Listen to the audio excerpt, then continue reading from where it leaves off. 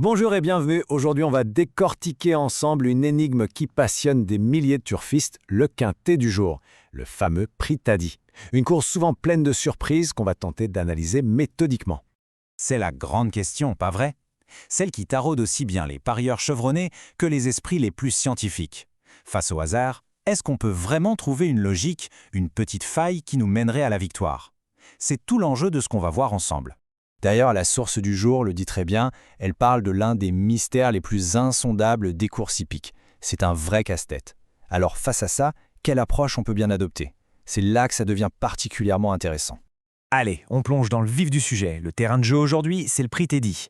C'est sur cette course que va se concentrer toute notre analyse. Alors, voici les infos essentielles à retenir. On est à Saint-Cloud, sur une distance de 1400 mètres sur gazon. Ça, c'est un parcours rapide qui sourit généralement aux sprinteurs. Et avec 16 partants de 4 ans et plus, la course s'annonce très ouverte. C'est typiquement le genre de configuration où tout peut arriver. Maintenant, parlons un peu de l'approche. La source s'appuie sur une méthode qu'elle qualifie elle-même de quantique. Alors voyons un peu ce qui se cache derrière ce terme un peu intrigant.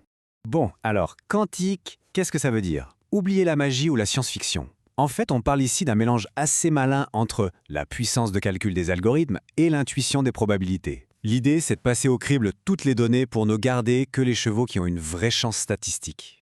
Et la promesse de cette méthode est, on peut le dire, audacieuse. On nous annonce un taux de réussite théorique de 98% pour placer au moins un des chevaux sélectionnés sur le podium. 98%, c'est un chiffre qui interpelle forcément et qui nous oblige à regarder cette sélection de plus près. Voyons si elle tient la route. Allez, on passe maintenant au cœur du réacteur.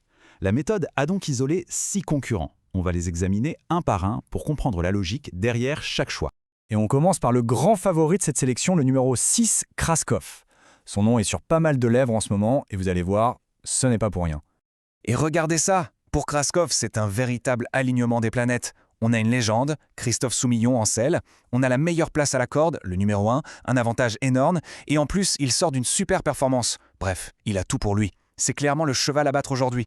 On continue avec le numéro 10, Félix aux Ormes. Si Krashev est le favori qui flambe, Félix aux Ormes, lui, c'est le métronome, la régularité incarnée. Ce cheval, c'est une véritable horloge suisse. Il sort tout juste d'un podium et on sait qu'il sera là, à la bagarre, jusqu'au poteau. C'est ce qu'on appelle une valeur sûre pour les places d'honneur. Le troisième cheval de notre sélection, c'est le numéro 15, Half Half.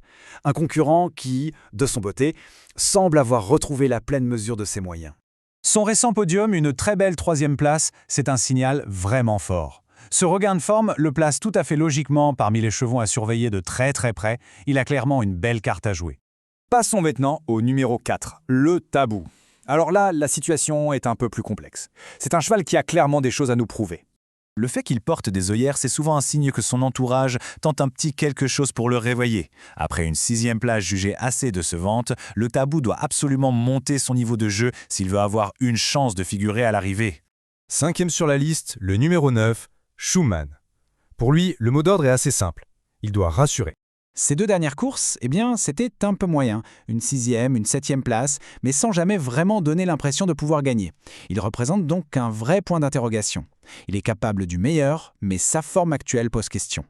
Et on termine cette revue des troupes avec le numéro 7, Chiaro. Lui, c'est le cas d'école du cheval talentueux, mais qui a été très malchanceux au tirage au sort des places. Le talent, il l'a, ça, personne ne le conteste. Mais ce numéro 16 dans les stalles de départ, c'est un handicap énorme, surtout sur ce parcours de Saint-Cloud.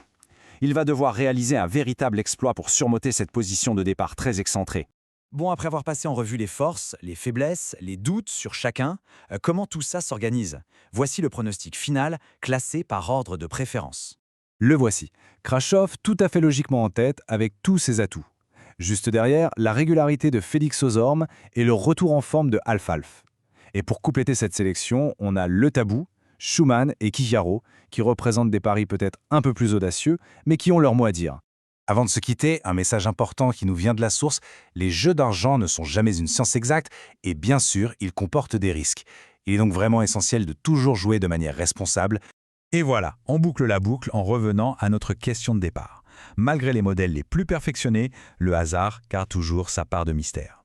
Cette analyse, elle propose une voie, une logique, mais le verdict final, lui, il appartiendra toujours à la piste. Alors, la science peut-elle vraiment tout prédire? La question, elle, reste ouverte.